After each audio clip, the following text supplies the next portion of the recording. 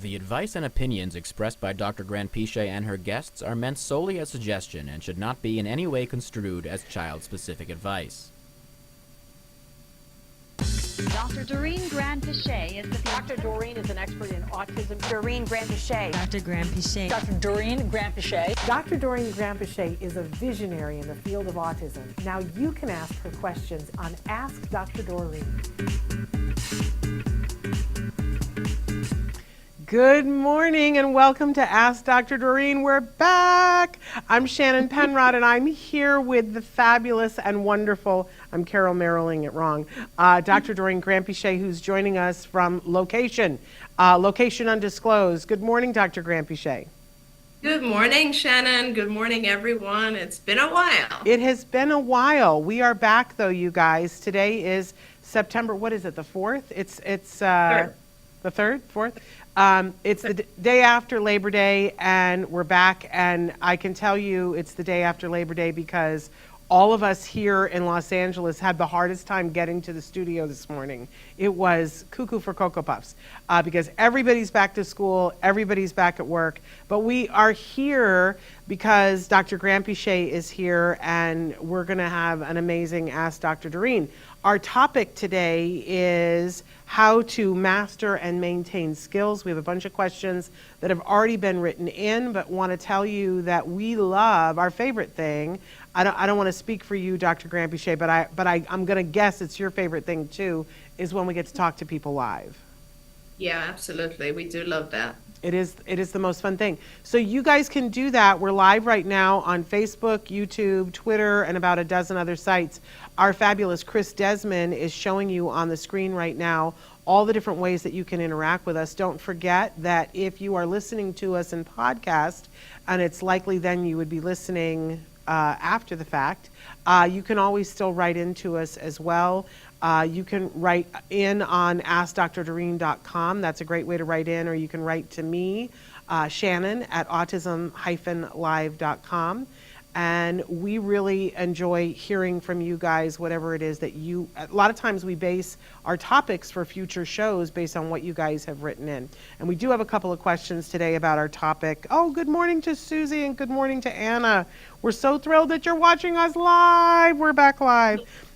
It's been a while, but we're thrilled to be back.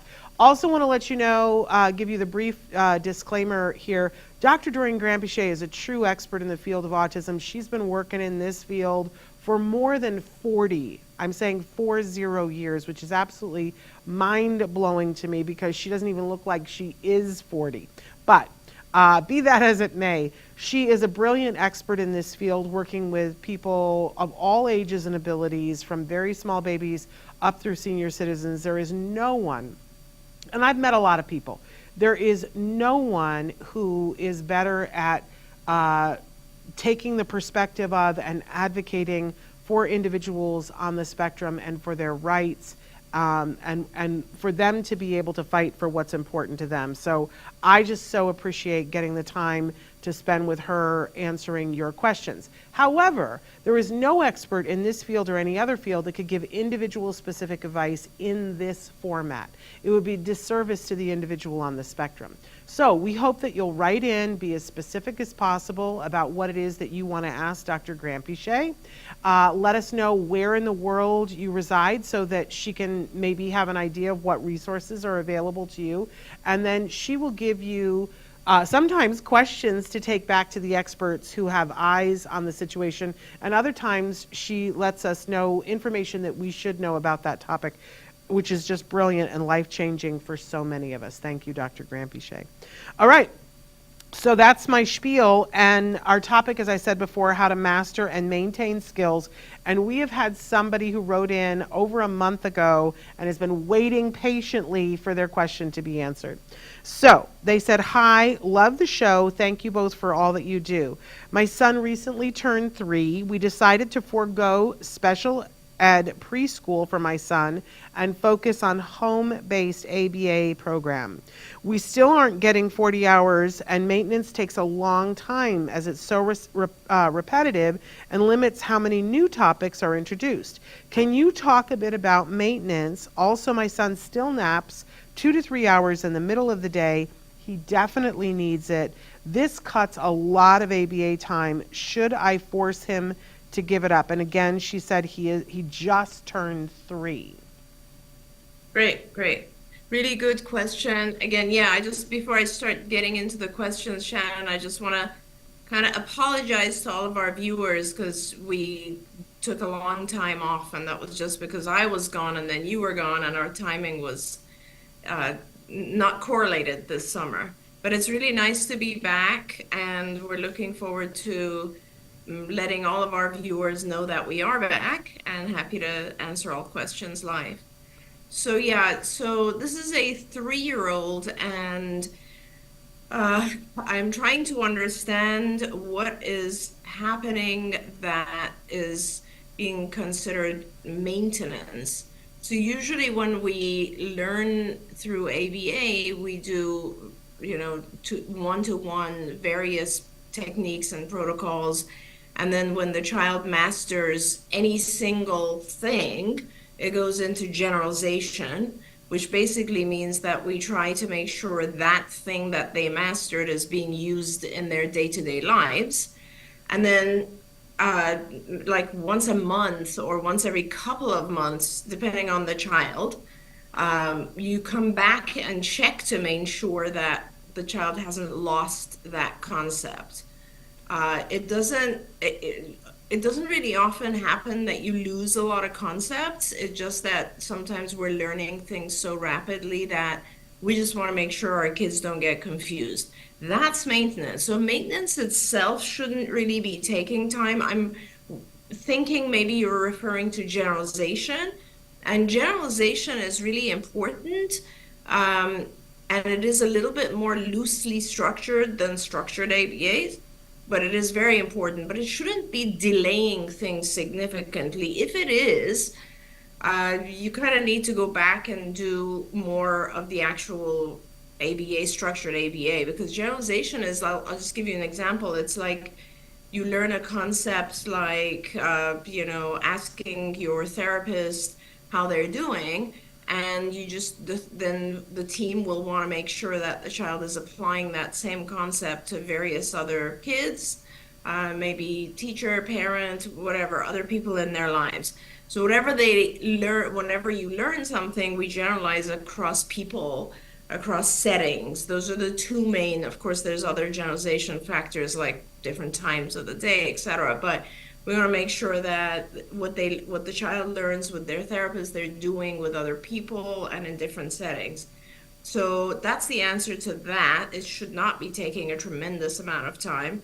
The nap is, if your child has just turned 3 and they're taking a 2 to 3 hour nap, that's a little bit too much. And I wouldn't just cut the nap, I would start reducing it.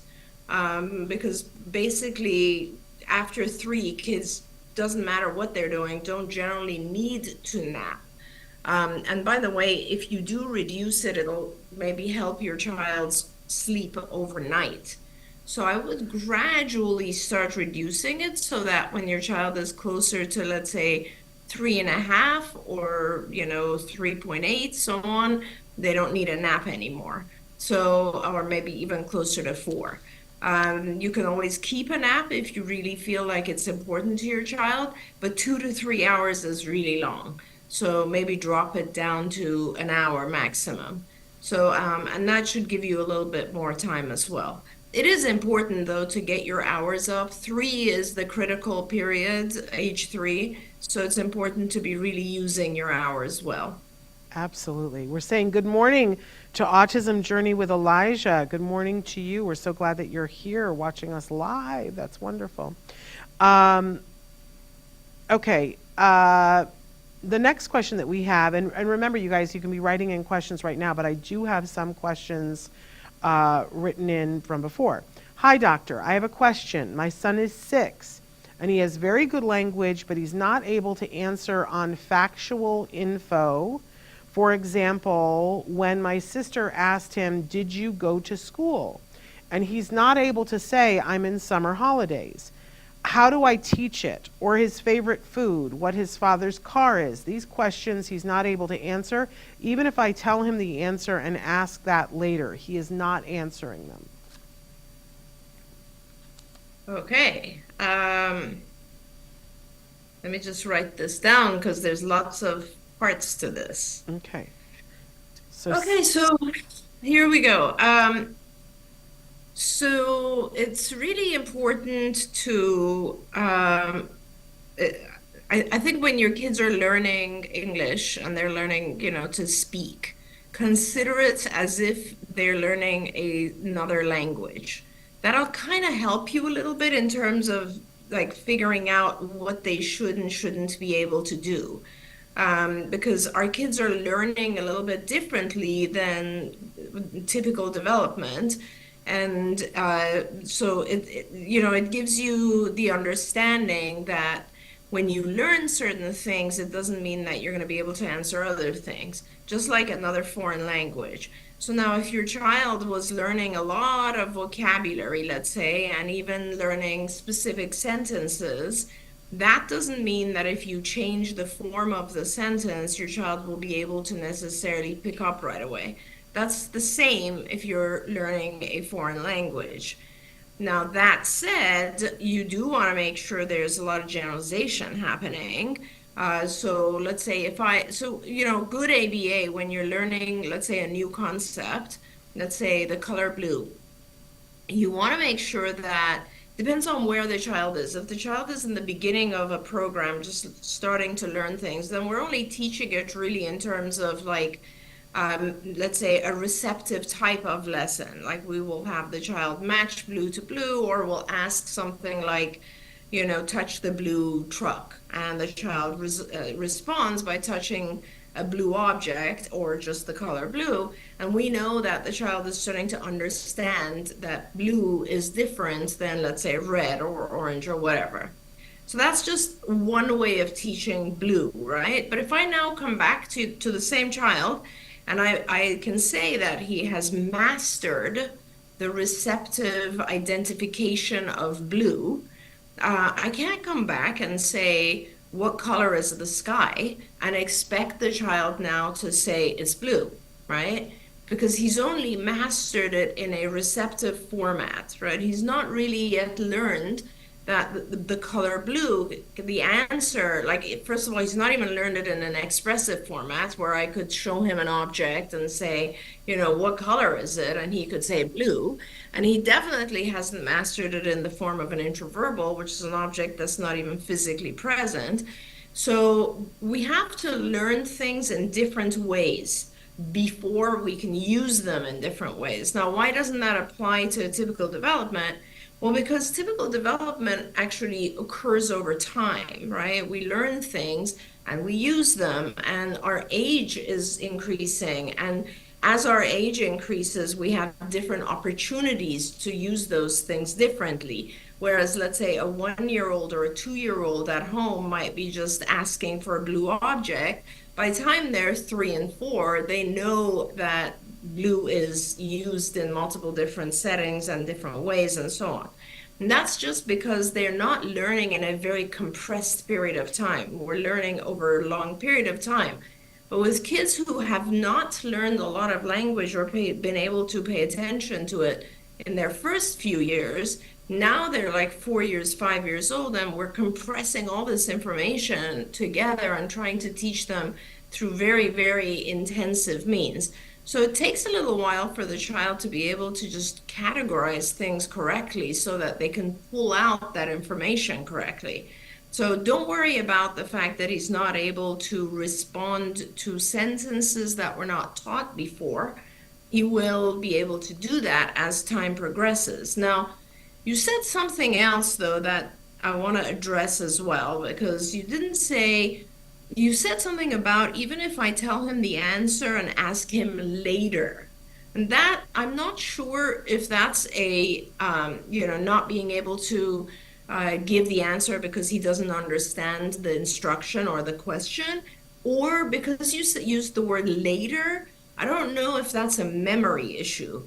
So it would be important to make sure that it's not that he's not retaining information. In fact, there are lots of kind of neuropsych tests and IQ tests and all this that actually test memory. Memory plays a very, very, very important role in how our kids learn new material and how they integrate the new material with old material, right? So like, again, going back to the example of blue, if I now teach the child what color is your dad's car or whatever it might be, and the child is able to say blue, we want to make sure that he doesn't think, oh, the answer blue now only relates to dad's car. It doesn't have anything to do with the block or the truck that I was asking for. We want to make sure he realizes, oh, blue can apply to both scenarios. That's called working memory, being able to take in new information and integrate it into what you already knew as opposed to replace it. So that is a different issue, and kind of just want to make sure that it's not a memory thing that's going on. But I wouldn't be discouraged as long as your child is learning new material. I would increase just as much of that as possible, increase the time that he's learning. I don't want to go off on a tangent, but he is 6, and there's so many demands on kids when they turn 6, 7, 8. It's like now academics and all these other things enter their world, and we lose valuable time to teach our kids these important skills like language and social behavior. So if your child's learning and benefiting from ABA or any other speech therapy or anything else that he's doing, increase that, because before you know it, by age 8, you'll be dealing with so many other things like academic issues that he has to learn that it'll take away from this time for language. One of the things I so appreciate about you and about the type of ABA that you talk about is that so often as parents, we see our child is not getting this skill that we've seen all of our nieces and nephews and other people's children just get. And so it feels like it might be outside of our grasp for us. And I love that you're like, we're just going to teach it this way, and you demystify it for us, which is absolutely such a gift. I hope you feel that on a daily basis, what a gift you are to all of us. Thanks, Shannon. I appreciate that. Thank you. It means a lot to me. But I just want people to realize that, there was a reason that the child didn't learn language in the beginning, right? And we're trying, so it is like learning a second language or a third, it's a whole different process, and we have to be patient. Absolutely. Susie has written in and wants you to know that she said, hello, I would just like to say that the Monterey Park office is amazing.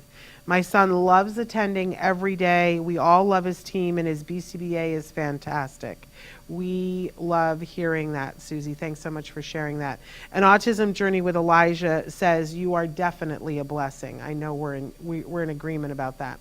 Another question that we had that was sent in, my son was talking at 18 months, but by 2.5 years, most of his language was gone. We have just started ABA, and he is once again learning language, but how do I know he won't lose it again? This is my fear. Yeah, a lot of parents who have had a child regress have that same fear.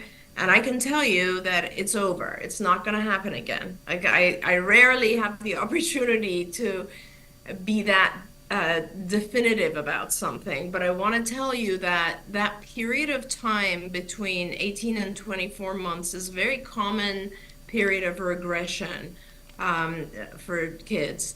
And it's generally the belief that we have about that is that it is due to a lot of different kind of overload of toxicity that occurs at that period due to a variety of things that we all do between 18 to 24 months. But, not only are we talking about toxicity in our food, there's like so much stuff that happens at that early age. If your child has started to kind of recoup some of his skills and develop language after that, unless you have a very, very severe illness that impacts his immune system drastically, I wouldn't worry. You don't have regressive autism happening, past 3, 4, and so on. It just doesn't happen. It's really an earlier type thing that happens. Don't worry and celebrate everything that he's learning and just keep prodding forward. Well, and in fact, our first question was about, somebody who was saying that maintenance is taking up so much time, which you were saying it really shouldn't. But the whole reason for every once in a while, once a month, maintaining skills is to make sure that we aren't losing anything, right? Yeah. Yeah, and that's true. And there's a big difference between the type of skill loss that occurs from a lack of generalization and regressive autism. Yeah. Like, let's talk about that for a minute because I don't want parents to be confused. So if you teach a skill, I mean, this is for me as well. Like every summer when I go to the summers where I'm in Europe, for instance, I realize that my French and my German skills have deteriorated because I don't use them. I don't use those languages, right? And so that is the kind of thing that occurs when we don't generalize something well. I always tell parents that make sure that language becomes useful to the child when they learn it, because if they use it, they're not going to lose it. Now, regressive autism is very different. That occurs typically with kids where they were developing completely typically, and then something occurred during that period of time which overloaded the child, and then the child literally lost skills that they were using and had mastered completely, and were just typical development goes backwards. Very, very difficult thing to see. I've had a lot of parents come and kind of tell me about that, and it does produce trauma, obviously, for the parent, because you're seeing your child interacting, talking, etc., and then pretty rapidly they lose that. And that is not something that reoccurs later in life. So I just want to be very clear about that. Thank you so much for that clarification. Another viewer wrote in and said, my daughter has been getting ABA for about 6 months. Sometimes they tell me, oh, she mastered this or she mastered that. They are so happy, but I do not see this. Maybe I don't understand mastered. Why is she not doing it at home? Is this mastered? That's great. Perfect questions given the topic of generalization. So as I was saying before, a lot of, if I was to teach a child something, they would, if they have mastered it, they would be responding to me. But that doesn't necessarily mean that they would have the same exact behavior with Shannon, for example.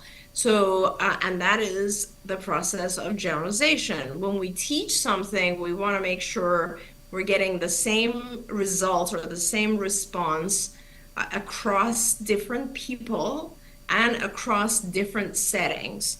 So it is really important to teach a skill, let's say if you're learning it in a clinic setting, to teach it in the home setting, in the school setting, and to make sure that the child is responding the same with parents and other people in the child's life.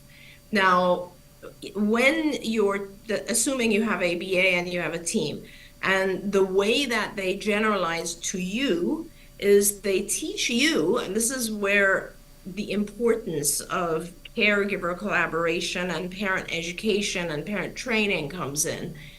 Your team should be teaching you to do things, first of all, exactly the same way they're doing it, and then gradually helping you reduce that kind of structure of ABA and turn it into regular life events. I'll give you an example of that. So let's say you are trying to generalize the concept of the child asking for something they want to drink in a full sentence. So I want apple juice, right? And the therapists have now been very successful at teaching the child this in a sit-down scenario in the clinic, wherever they're working, or in school. But your child doesn't do that at home. The reason they don't do that at home is that up to this point, they've received that object in other ways. Either you've predicted it and just given the child, or the child's taken you by your hand. They have a different form of communication at home. Now you have to teach the child that the same rules apply in the home.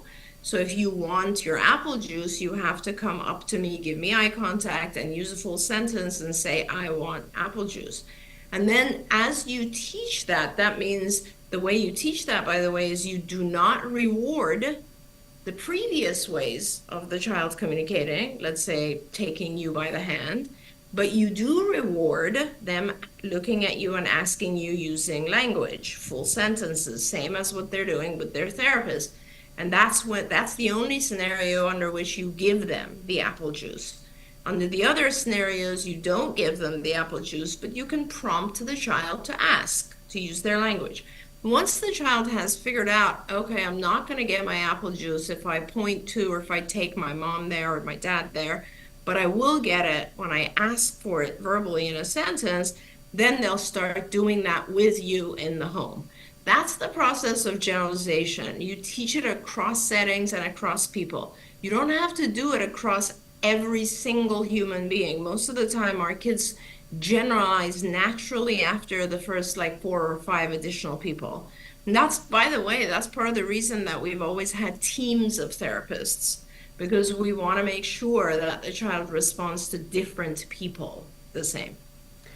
I so appreciate you explaining this, because I recently I've just met a bunch of parents who are just starting, and there seems to be some misunderstanding around this, because there are some parents who are like, well, I just want one person on the team, and I don't know whether this is a leftover from COVID. They're like, why do we have to have so many people? Why? I just want one person. Can you just give me one good person, and then let's not have 35 people, tramping in my house, or that I need to get used to. They're wanting to simplify. And then we have families that are on the other side of it that I think that understand a little bit more, and they're wanting to have maybe 10 people on the team. Right. And that I'm always trying to talk to people about, there's a middle ground in there that's really, really effective too. Maybe talk a little bit about, for you, obviously, sometimes we work with what we have, right? But in an ideal circumstance, how many people would you like to see on a team? Yeah, and I don't think, Shannon, anyone's done actual research to kind of look at, depending on the hours of the child, how many people are ideal. But I can definitely give some thoughts because I've supervised hundreds of teams. So a lot of it has to do with how the child is progressing. Yeah. And if the child is able to go pretty fast, then the more people, the better. Because, of course, now the balancing act of that. So on the one hand, I want a lot of people, because a lot of people will have different styles, and the child will learn to deal with all different kinds of people, different styles, different levels of reward, different levels of prompting, different facial expressions, different everything, right? So that's very good. The only downside to having a huge team is consistency.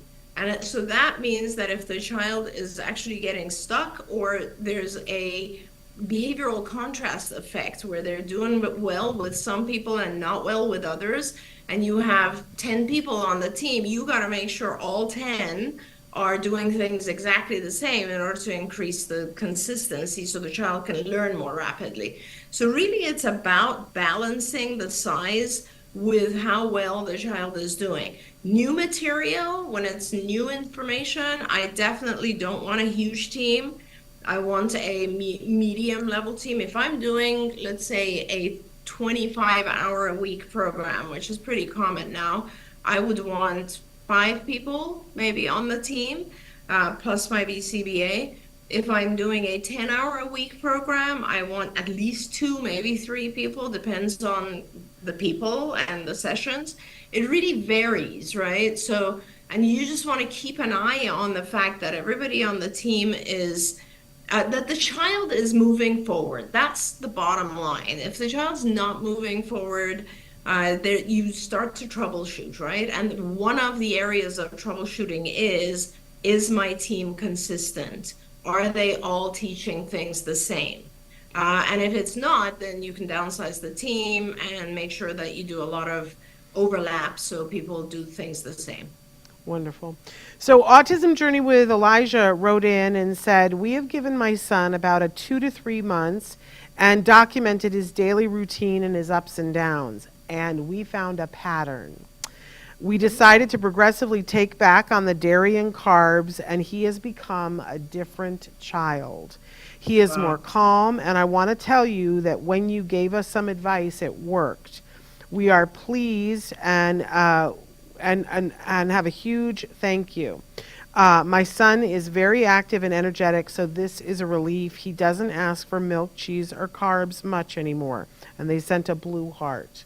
So isn't that wonderful? And then Reza has written in and said, what do you think about ATEC as a tool for autism? Oh yeah, we'll talk about that in a second.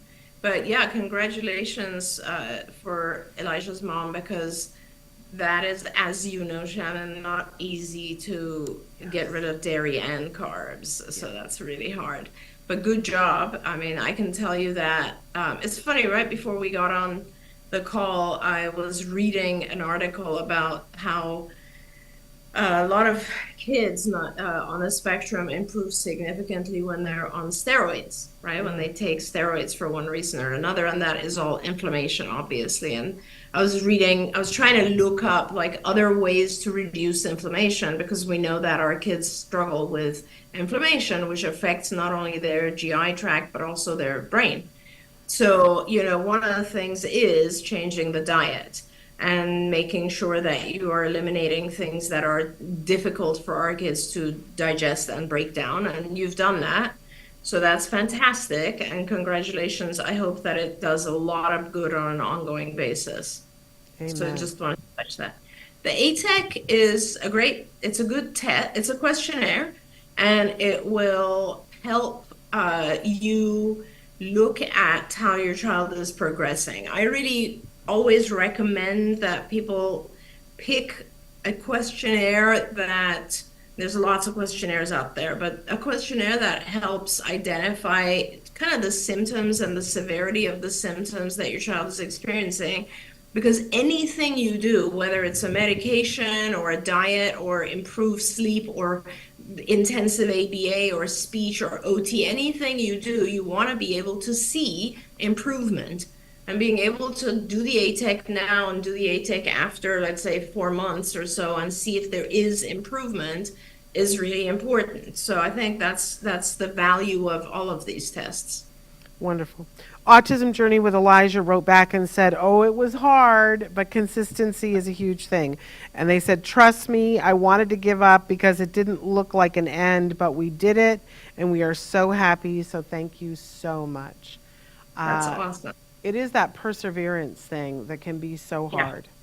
Also wanted to, we had a question about mastering things.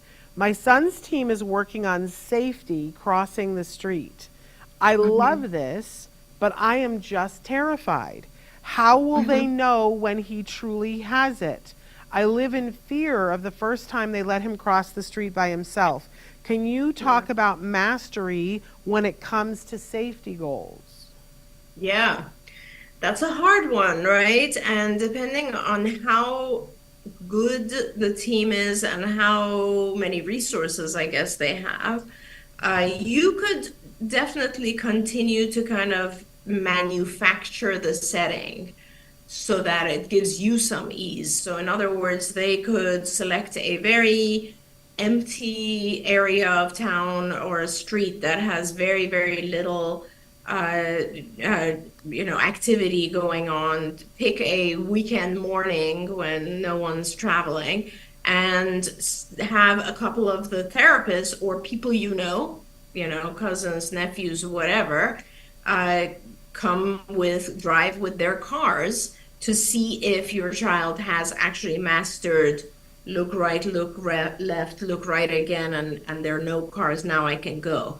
So you can extend, I guess, the end of that scenario to the point where you really feel comfortable, or a little bit more comfortable, I'll say, But this is true. It is difficult with safety stuff. Like another area of safety, obviously, is strangers and knowing not to interact with or go with strangers. Another area is consumption of hazardous materials, like chemicals. And so when we teach those things, we will take the setting and expand it a little bit further. So we will actually make like fake chemicals that are harmless and put them like under the sink in a container that looks like it should not be had, and then we will observe to see to make sure that the child is not actually going to ingest those. As you know, Shannon, we have a pretty extensive stranger program to teach kids to identify who would be a stranger and what they can do actually if a stranger does come up to them. So yeah, these things are very important. I completely get it for parents. Let me tell you, all parents of neurotypical kids have this anxiety as well. Look at it in terms of, thank goodness that you have a team of people who are working on this. Because let me tell you, with all of our kids as they were growing up, we were all afraid, do they really know how to cross the street, right? So it's a gradual process. And if your team sets up the manufacturers and makes the scenario all the way until they have like cars that are safe because they're driven by people, then you'll get a little bit more assurance. Yeah, I always try to be careful about, there's a saying that my friends and I use about, not blowing rainbows up people's tuchuses, right? But I do think that sometimes if we stick around long enough, we see that there are some blessings in our lives and the way that our lives shaped up. I don't think any of us would have been like, oh, sign me up, I want to have a child with autism, and I'd like to be doing ABA therapy. I don't think that was on anybody's bingo card as a woohoo, I want that. But I want to tell you that I don't think it was last summer, I think it was 2 summers ago, they were having this show on during the summer, and it featured parents and parenting styles. And they would show, the kids would be put through a challenge, you would meet the family, each set of parents, and I think there were like 12 sets of parents, had this philosophy. Like there was the progressive parents and there were the strict parents and all these different parenting types. And then they would put all of the kids through a challenge to see how they would deal with it. And the one where it got really, they had to like stop filming for a minute because one of the dads fell apart, was that they did a stranger danger test. And all of these parents had in some way talked to their kids about stranger danger, but they set up a circumstance where the parents were in the house, but in the back of the house, somebody comes to the door and says, can I come in? Can you come to my car? There's puppies in the car. I need help. What should I do? And almost all of the kids, and these were all neurotypical kids, almost all of them failed it. Yeah. Almost all of them. And I remember sitting there and thinking, oh, but you got to rehearse it. And one of the things that I love about ABA is that we get to rehearse and rehearse and rehearse and rehearse, and it gets in your body so that, eventually you can do it for your own. And you guys did this with my son. And let me tell you, I had a fair amount of anxiety while you were doing it because I knew the day was going to come where we're going to put it to test. Now, you did the test in a way that he was so safe. You had undercover people in a Walmart store. There were like 5 people in the store. They had plotted out this thing so they were all standing in these different places. I was at home because everybody knew I couldn't do it. My husband was there, and there was a set time when my husband was told to walk away. They had cameras on him. A stranger came up to him, and he had rehearsed and rehearsed and rehearsed, and he passed the test with flying colors. I just want to say that sometimes, if we can find gratitude in that we have, if your child has a diagnosis, you likely have funding to get help and support with these kinds of things. Now, the thing that I run into with myself and with a lot of parents is that we have these competing values. One is we want our child to be independent, and we want that fiercely, and we will fight you because we want our child to learn skills to be independent. But on the other side of that is that we want our child to be safe. We want our child to be safe, and we don't want you to do anything where, and sometimes those two values go boom, boom, boom, boom, boom. But with rehearsal, you guys got me to the point where I could allow him to learn and practice and show me that he understood the concept and could do it. It's so funny to me now, Dr. Grant-Pichet, because I can remember him being 4 years old and just sobbing because I thought, I'm never going to know that he's going to be safe crossing a road. I'm never going to know that. And just sobbing. Yeah. And he's 21 and he crosses the road all the time and I don't even think about it, which is a lot. That's huge. No, of course, of course. I totally understand that. And I think if you think about it, Shannon, like, you know, as a parent of a child on the spectrum, you have so much more trauma around the independence stuff, right? It's like you are there. It's a legitimate concern to be overprotective, is what I'm trying to say. And so parents are taught, good parents are taught by reality that they have to be more protective. So now trying to get that parent to let go and allow the child the freedom to learn these things is a difficult journey. There's no question.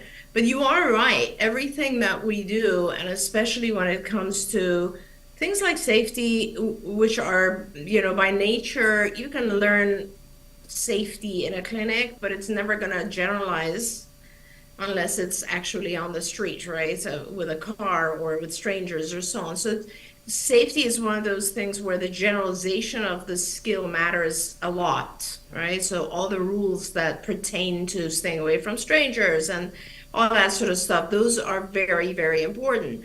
Those types of things we really do get to rehearse, and that is a privilege because, as we all know, as you said, with neurotypical kids, you know, we can only hope that there's some lesson in their day-to-day lives that keeps them safe. Because too often, it just doesn't occur to parents that they need to teach these things and rehearse them, because it is possible to trick young children. Yeah. Autism Journey with Elijah says, I would have had a heart attack. My son is too loving and looks at the best of everyone. He isn't scared of anything, and we are working on that. We find the animal therapy, it's the worst. He falls for that one every time. And believe me, you know, it's one of the reasons why that is the test, because they find that that is what kids fall for when somebody says, I need help. You know, I can remember being very little. I was 3 years old. It's probably one of my earliest memories, living in Boston, in the outskirts of Boston. And my mother, you know, back in those days, your mother kicked you out of the door and said, come back when the streetlights come on, right? But I was, right? But I was 3, so she wasn't just letting me go. There was a big picture window upstairs of our house, and so she would kind of keep an eye on us in the unfenced yard. And I remember that this little orange VW car pulled up, and the person rolled down the window, and they were asking for directions. And I was 3 years old, and I am still the same person I was when I was 3, so I crossed the street to try to give them directions, because I was going to be helpful. I was 3. Yeah. And my mother started screaming and banging on the window and screaming at me to get away from the car. Now, we had arguments about this, you know, until I was about 16 years old. And then I was old enough, and my mother said to me, I want you to stop and consider who asks a 3-year-old for directions, right? No, because before that, I was like, they just wanted directions, and I was just going to help them. When I was 16, I could go, oh, yeah, no, I don't think that they were up to anything good. But you know, I do think that for me and for my child, you know, it was a thing where we need to learn it, and we needed to practice it, both of us. And because of who I was as a child, I didn't know if he would ever get it. I did not know if he would ever get it. And that is so, I feel so bad for the parents who are stuck in that moment, because I am free of that. And to be free of that is a huge, huge thing. To know that to trust that your child can be out in the world and be okay is a huge freedom. And I know that not everybody gets that. Not every kiddo gets there. But if we don't rehearse it and rehearse it and rehearse it and rehearse it, we do them a great disservice. No, you're absolutely right, Shannon. It's funny though, you were giving these examples, and I was thinking, it's funny you say that, because first of all, I had also a situation. I went to school in England when I was very, very young, and I was waiting for my father to come pick me up inside the school, and a stranger came and said, "Hey, come with me. I want to show you something." And I just felt like there's something very weird about this, and kind of ran away. And then my parents arrived. But I was thinking also, as you were saying this, it's not just children. If you think about it, like, I mean, not to compare or to even bring this subject up, but like when you look at these documentaries about like serial killers, a lot of times they are fooling grown women by saying, "Hey, I need help with something." Yep. Right. So it is a privilege, I guess, to say that we get the opportunity to rehearse and teach and so on our kids. But I completely understand. I've been through so many traumatic experiences with parents where a child has run off from school, even because the aide was taking a break or something.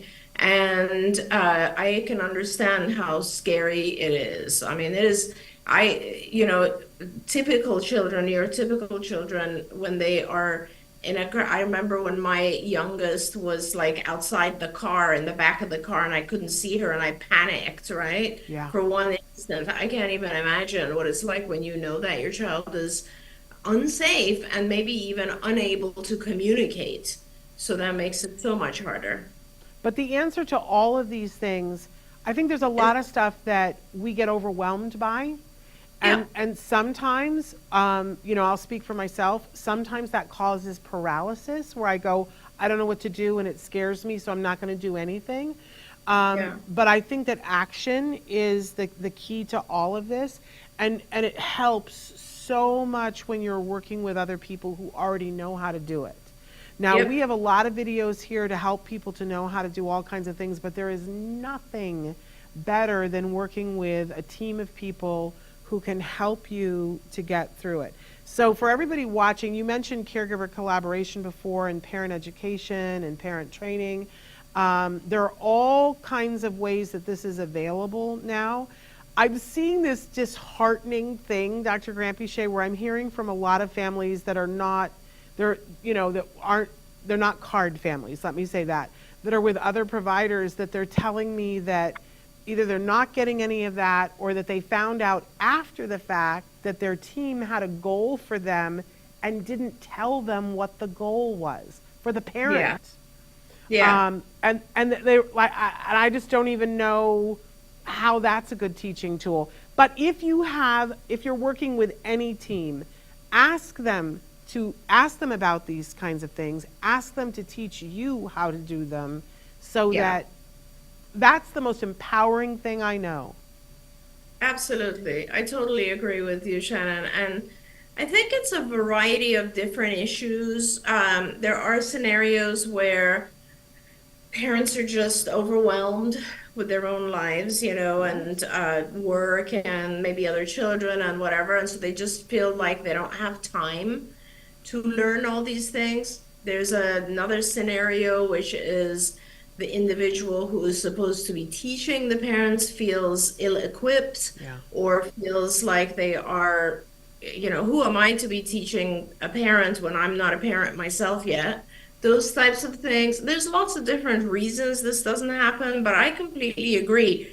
There's no question that having these skills, the ability to, break things down, look at functions of behavior, manage the antecedents and consequences, like just the basics of how to change behavior.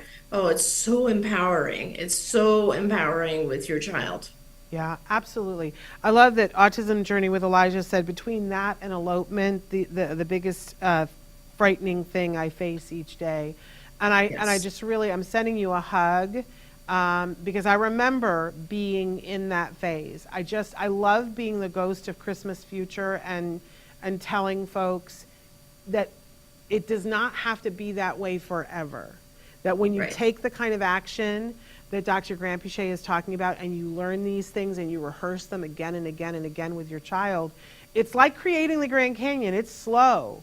Let's not be mistaken. It's really slow, but it's worth it. I just came back from 10 days in Scotland with my son, who is a very capable world traveler now. And to watch him navigate and negotiate, being in a country you've never been in before, the money is different. The language was the same, sort of. Sort of. I will say, I was going to say, it's pretty hard to understand Scottish English. Yeah. Well, and we use different words.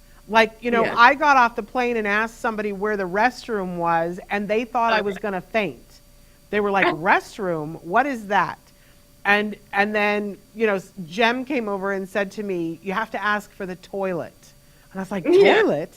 We're really going to go there? We have to ask for a toilet? But that's what they want you to ask for. You say restroom, and everybody looks at you like or WC. I guess, yes. There was one place that we went to that they talked about the WC, or the WC, which was fun. But anyway, my point is, when I was with him when he was 4, did I even dream that that was a possibility? I did not. Right. I did not. And, but we got there one day at a time, and by rehearsing, and I had to allow the team to work on things and say, this causes me anxiety, and let them help me through that instead of canceling and running away. And I see that some parents, look, let's be honest. I think everybody wants to run away, but sometimes you got to face it. For the good of your child. Absolutely. And on the clinical side, I feel like it's really important for the BCBA, who is providing this kind of education, to listen. And to make sure that they are actually listening to all the parents' concerns and addressing all of the parents' concerns, and not just trying to impose a kind of set of guidelines that are meaningless to the family. I got very lucky in that respect, because I had the amazing Sabrina Tuma, who listened to me until her face had to have fallen off, and she didn't poo-poo me. She listened to what I had to say, but she also did me the favor of not allowing me to be stuck in my own poo. She still continues to be amazing. She's and she will not appear on the show. Believe me, I have begged, I have threatened, I have cajoled, I've bribed, I've done everything I can to get her to be on the show. I've even tried to guilt her into it. I said to her, well, that's fine if you don't want to be on the show, and then all of your skills will die with you. And she still won't come on. Well, fortunately, Shannon, she's a clinical director at CARD, and so she does provide training and oversight for lots and lots of people. Yes, that's why my guilt maneuver didn't work. It's tragic that I have to resort to these terrible, terrible things. We still have time for one more question if somebody wants to write in, but I want to take just a pause to tell you about our guests for the next week. Tomorrow, Sylvia Moore Myers is going to be with us, and she's going to be talking with us, giving a firsthand account of what it is like to be a vulnerable child who is not diagnosed, who doesn't get the diagnosis until much later. And I think it's a very compelling account for why early diagnosis is so key and important. We know it's best in terms of intervention, but to hear from somebody who the diagnosis was completely missed, it's a very interesting story. Also, on Monday, we're having Michael Gilberg, who's going to be joining us. He is a special education attorney who is also a self-advocate. So we're going to be hearing from a different perspective about how important it is to advocate in the schools. And then we'll be back with you on Tuesday. And then next Wednesday, we had to reschedule this from last month, but the amazing Andy Bondi is going to be with us. We have been cursed every time we've been, there have been so many times we've been about to have Andy Bondi on the show, and something always happens. So I'm crossing my fingers that it all goes well, and that we will actually, Andy Bondi, he and his wife were the co-creators of the PEX system, the Picture Exchange Communication System, and he's one of the nicest people. I've met him several times. He's one of the nicest people on the face of the planet, so we look forward to having him here with us, and he's going to be talking about PEX and how important it is to have a form of communication for absolutely everyone. What a great thing that they developed. I remember talking to Andy, honestly, it must have been like in the early 90s, I want to say, like very early 90s when he came out with PEX, and just thinking, wow, this is really going to help so many people. So I'm so glad that it has, and it has been such a successful form of system of communication. Shannon, if we have a minute, we should mention the Halloween gala, the Yes. All Ghouls gala that's coming up on October 26th. And I am really excited and also really scared because we have not yet started to really get ready for it. Well, that's not true. We've started getting ready for it. We just have a long way to go. But yes, as you guys know, Dr. Grant Pichet also founded Autism Care Today, which is an amazing charity that gives grants to people around the country for the things that they need. That might mean copay funds. It might mean money for an iPad. It might mean money towards an assistance dog or a computer or a camp, all different kinds Or of things. safety equipment like fencing or so on. Yeah. Absolutely, life-changing safety equipment. So, but those grants don't happen unless we raise money. So one of the big fundraisers, and it's a really raucous good time, I must say, the All Ghouls Gala this year will be the 3rd annual All Ghouls Gala. It happens that Saturday before Halloween. If you were going to come to LA at any point, this is the party to come to. The tickets are going on sale actually later on this week, and they will go fast. It will sell out. It is a very reasonable cost to go to a crazy party where you will be fed. There is an open bar. There are celebrities there. It is, dancing and all kinds of other fun, but it's Halloween.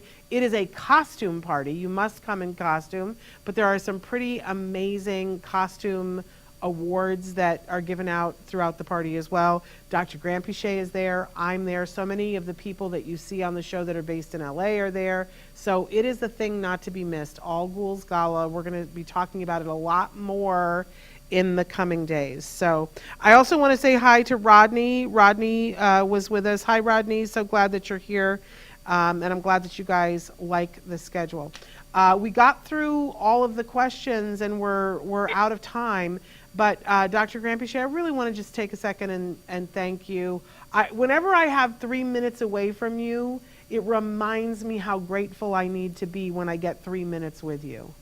Oh, I feel the same way, Shannon. I missed you a lot over the last month that we were separated. So let me tell you, I'm just as grateful to have you in my life. And it's a joy to be doing this show with you on our, what is it now? I don't even know, 14th year, 15th year, I'm not sure. I think we're starting this week. I think we're officially at 14 years and starting into the 15th year, but my math is never good. It could be that we finished the 13th and this is I don't know. I'll try to do the math with a calculator and a mathematician because I will need both. I don't know why math is not my thing. Autism Journey with Elijah says, what a blast. Wish I could be there. Well, the roads do come here. So anyway, lots of breath, fresh air today. I'm so glad that you were here with us. Dr. Grant Pichet, thank you so much for being here. We'll be back with you next week. Thank you for all that you do because it matters so much. And for all of you at home, thanks for sticking around. And we're back and the schedule's back and we're we're back in rotation. So there we go. We'll be joining you tomorrow. Until then, give your kiddos a hug from me and one for you too. Bye-bye for now. Bye, everyone. Don't forget, you can watch Ask Dr. Doreen live every Tuesday morning at 10 a.m. Pacific time. We hope to see you there.